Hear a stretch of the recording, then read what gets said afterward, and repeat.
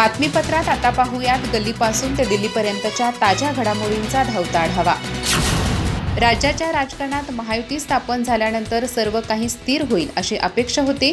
मात्र अलीकडील स्थानिक स्वराज्य संस्थांच्या निवडणुकांमध्ये मित्रपक्ष एकमेकांसमोर उभे राहिल्यामुळे महायुतीत मोठा दुरावा असल्याचे चित्र समोर आले। त्या पार्श्वभूमीवर आता मुंबईच्या महापौर पदावरून मंत्री मंगल प्रभात लोढा आणि शिंदे गटाच्या नेत्यांमध्ये शाब्दिक खडाजंगीची नवी लाट उसळली आहे।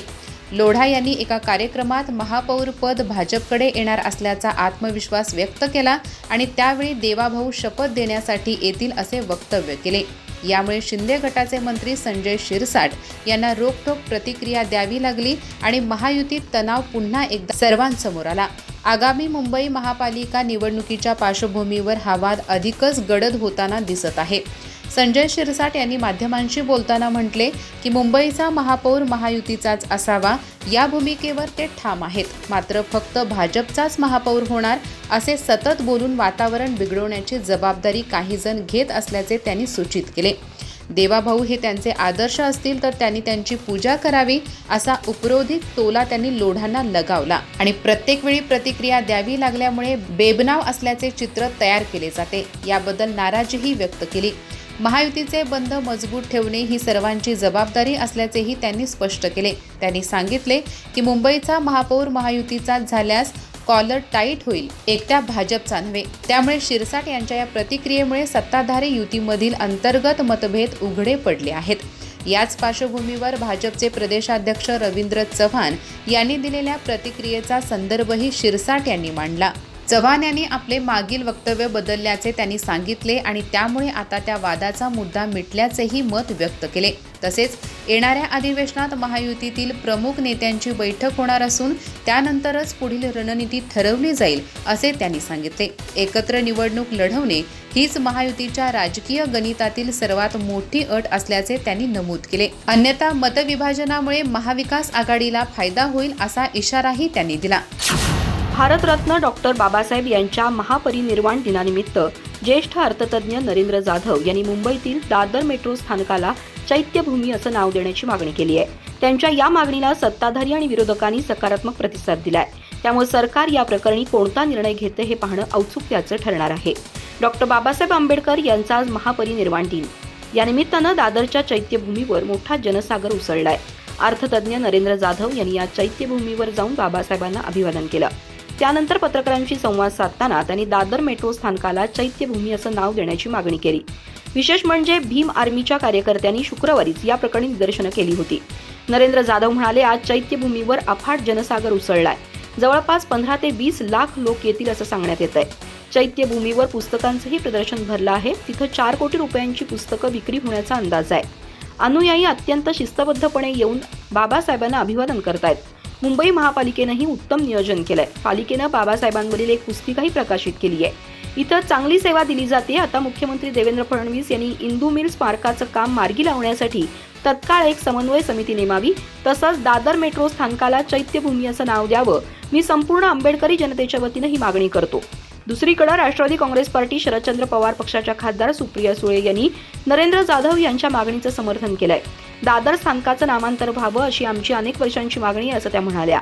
भाजपच्या आमदार चित्रा वाघ यांनीही बाबासाहेबांना अभिवादन केलं। मी दरवर्षीप्रमाणे यंदाही चैत्यभूमीवर आले। बाबासाहेबांमुळेच आमचं अस्तित्व आहे, त्यांचे आमच्यावर कोटी कोटी उपकार आहेत। नरेंद्र जाधव यांच्या मागणीवर मुख्यमंत्री देवेंद्र फडणवीस सकारात्मक विचार करतील असं त्या म्हणाल्या। सत्ताधारी महायुतीमधील तिन्ही घटक पक्षांमध्ये सध्या हाणामारी सुरू आहेत।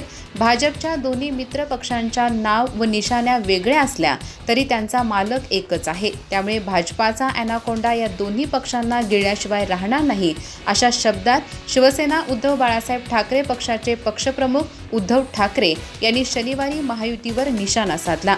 त्यानंतर पत्रकारांशी संवाद साधताना उद्धव ठाकरे यांनी विधिमंडळाचे हिवाळी अधिवेशन, विरोधी पक्षनेत्यांचा अभाव, मतदार याद्यातील सावळा गोंधळ, भाजपची कथित दंडेलशाही आदी विविध मुद्द्यांवर प्रकाश टाकला। ते म्हणाले, सध्या निवडणुकीचा सीझन सुरू आहे, त्यात गडबड घोटाळेही सुरू आहेत। यावेळी पहिल्यांदाच निवडणुकीचा वाईट अनुभव येत आहे। सुप्रीम कोर्टाने नगरपंचायती, नगर परिषदा, जिल्हा परिषदा, महापालिका, पालिका निवडणुका येत्या 31 जानेवारीच्या आत घेण्याचे निर्देश दिलेत. पण अजूनही मुंबई व इतर शहरातील मतदार याद्यात जो प्रचंड घोळ आहे त्यावर कुणीच बोलत नाही. याची सुप्रीम कोर्टाने स्वतःहून दखल घेतली पाहिजे. सुप्रीम कोर्ट भटक्या कुत्र्यांसह इतर प्रकरणात स्वतःहून लक्ष घालते, पण हा लोकशाहीचा विषय आहे, त्यामुळे कोर्टाने स्वतःहून त्यात लक्ष घातले पाहिजे. मतदार याद्यातील घोळाविषयी आपण काय करत आहात? हा घोळ निकाली निघत नाही तोपर्यंत निवडणुका घेऊ नका, अशी विनंती आम्ही कोर्टाकडे केली पाहिजे, असे ते म्हणाले. उद्धव ठाकरे म्हणाले, सत्ताधाऱ्यांमध्ये सध्या मारामाऱ्या सुरू आहेत. आतापर्यंत असे प्रकार आपण दुसऱ्या राज्यातच पाहत होतो.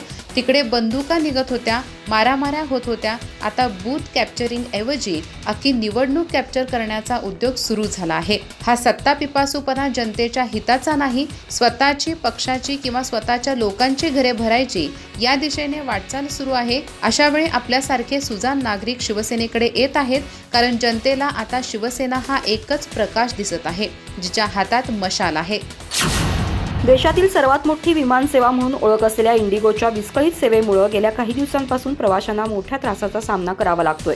पुणेसह देशातील अनेक विमानतळांवर उड्डाणं रद्द, अवधीपेक्षा अधिक विलंब आणि प्रवाशांच्या तक्रारींचा भडीमार वाढलाय. याच अनुषंगानं राष्ट्रवादी काँग्रेसच्या खासदार सुप्रिया सुळे यांनी संतप्त प्रतिक्रिया दिली आहे. केंद्र सरकारनं इंडिगोवर कठोर कारवाई करावी आणि हा प्रकार कसा घडला याची चौकशी व्हावी, अशी ठाम मागणी त्यांनी केली आहे. त्यांनी स्पष्ट सांगितलं की ही अपेक्षा कुणालाही नव्हती. यामागे जबाबदार कोण, याला उत्तर मिळालंच पाहिजे. पुणे विमानतळावरच मागील 2 दिवसात इंडिगोची अनेक उड्डाणं रद्द झाली, तर काही उड्डाणांना दीर्घ विलंब झाला. त्याचप्रमाणे बंगळुरू, हैदराबाद, कोलकाता या प्रमुख विमानतळांवरही हाच गोंधळ पाहायला मिळाला. संसदेचं हिवाळी अधिवेशन सुरू असताना काही खासदारांनाही या अव्यवस्थेचा त्रास सहन करावा लागला. सुळे म्हणाल्या की आम्ही प्रवासीही सामान्य नागरिकांसारखेच अडकलो. अनेकांच्या घरात दुःखद घटना घडल्या होत्या. काहींसमोर विवाहाचे कार्यक्रम होते. विद्यार्थी महत्त्वाच्या परीक्षा किंवा मुलाखतींसाठी निघाले होते. सगळ्यांचं नियोजन आणि मेहनत कोलमडून पडली आहे. इंडिगोकडून स्पष्टीकरण देताना सांगण्यात आलं की विमानतळाची व्यवस्था, कामकाजातील अडथळे आणि अंतर्गत नियोजनातील त्रुटी यामुळे हा गोंधळ झाला. मात्र एवढ्या मोठ्या प्रमाणात उड्डाणं कोसळल्यानं प्रश्न अधिक गंभीर बनलेत. एकाच विमान कंपनीकडे एवढा ताबा कसा? प्रवाशांचं जीवन आणि वेळ एका कंपनीच्या हातावर कसं सोपवायचं, असा थेट सवाल सुप्रिया सुळे यांनी उपस्थित केला. त्या पुढे म्हणाल्या की सरकारनं अनेक विमान कंपन्यांना चालना दिली पाहिजे. एकाच कंपनीवर अवलंबून राहणं योग्य नाही. राज्यातील नामवंत समाजसेवक डॉक्टर बाबा आढाव यांची प्रकृती बिघडल्यामुळे त्यांना पुण्यातील पुना हॉस्पिटलमध्ये दाखल करण्यात आले आहे. गेल्या 10 दिवसापासून त्यांच्यावर तज्ज्ञ डॉक्टरांच्या देखरेखीखाली उपचार सुरू आहेत. त्यांना ICUमध्ये ठेवण्यात आले असून त्यांच्या प्रकृतीत चढ उतार होत आहेत.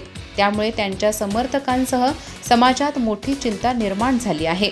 आढाव यांची तब्येत खालावल्याची माहिती मिळाल्यानंतर राष्ट्रवादी काँग्रेसचे अध्यक्ष शरद पवार स्वतः रुग्णालयात पोहोचले. त्यांनी वैद्यकीय पथकाकडून संपूर्ण माहिती जाणून घेतली, तसेच परिवाराशी देखील संवाद साधून धीर दिला. पवारांनी डॉक्टरांशी चर्चा करत उपचाराची प्रगती तपासली आणि गरज भासल्यास अधिक मदत करण्याचे आश्वासन दिले. डॉक्टरांकडून मिळालेल्या माहितीनुसार हृदयाशी संबंधित समस्येमुळे त्यांना रुग्णालयात भरती करण्यात आले. हृदयरोग तज्ज्ञ डॉक्टर अभिजित वैद्य आणि त्यांच्या टीमकडून आवश्यक उपचार चालू आहेत. नातेवाईकांनी सांगितले की प्रकृती गंभीर असली तरी आता ती स्थिर आहे. डॉक्टर सातत्याने लक्ष ठेवून आहेत. काही वेळापूर्वी अचानक प्रकृती खालावल्याने त्यांना अधिक काळजीपूर्वक निरीक्षणाखाली ठेवण्यात आले आहे. बाबा आढावांच्या कुटुंबियांनी जनतेला एक महत्त्वाची विनंती केली आहे. त्यांनी सांगितले की कोणत्याही प्रकारच्या अफवा पसरवू नयेत. चुकीच्या माहितीमुळे गैरसमज निर्माण होतात, म्हणून केवळ कुटुंबियांकडून किंवा अधिकृत सूत्रांकडून मिळणाऱ्या माहितीवरच विश्वास ठेवावा. तसेच बाबा आढाव यांच्या आरोग्याविषयी घडामोडी योग्य वेळी जनतेपर्यंत पोहोचवल्या जातील, असेही स्पष्ट केले आहे. राष्ट्रवादी काँग्रेसचे अध्यक्ष शरद पवार यांचा गट राष्ट्रवादी काँग्रेस शरद पवार गट पुणे शहर आणि संपूर्ण महाराष्ट्रात महाविकास आघाडी म्हणून आगामी महानगरपालिका निवडणुका लढवणार असल्याचं शरद पवार यांनी स्पष्ट केलंय. याशिवाय दोन्ही राष्ट्रवादी काँग्रेस पक्ष, शरद पवार गट आणि अजित पवार गट एकत्र येणार नाहीत, हेही पवारांनी स्पष्ट केल्याची माहिती राष्ट्रवादी काँग्रेस शरद पवार गटाचे नेते प्रशांत जगताप यांनी आज शरद पवारांची भेट घेतल्यानंतर माध्यमांशी बोलताना दिली. पवारांच्या भेटीनंतर बोलताना प्रशांत जगताप यांनी पक्षाची भूमिका महाविकास आघाडी म्हणून निवडणूक लढवण्याची असल्याचा पुनरुच्चार केला. सुप्रिया सुळे आणि प्रदेशाध्यक्ष शशिकांत शिंदे यांच्याकडूनही त्यासाठी आम्हाला आदेश येत आहेत. ही आमच्यासाठी आनंदाची बाब आहे, असं ते म्हणाले. प्रशांत जगताप म्हणाले की आज शरद पवार यांची भेट घेतली, त्यांनी वेळ दिला होता, त्यांच्यासोबत सविस्तर चर्चा झाली. पुणे महानगरपालिकेत कशी लढत राहील, आपण महाविकास आघाडीसोबत लढलो तर काय होईल, इतर लोकांसोबत युती केली तर काय होईल, याचा लेखाजोखा त्यांच्यासमोर मांडला.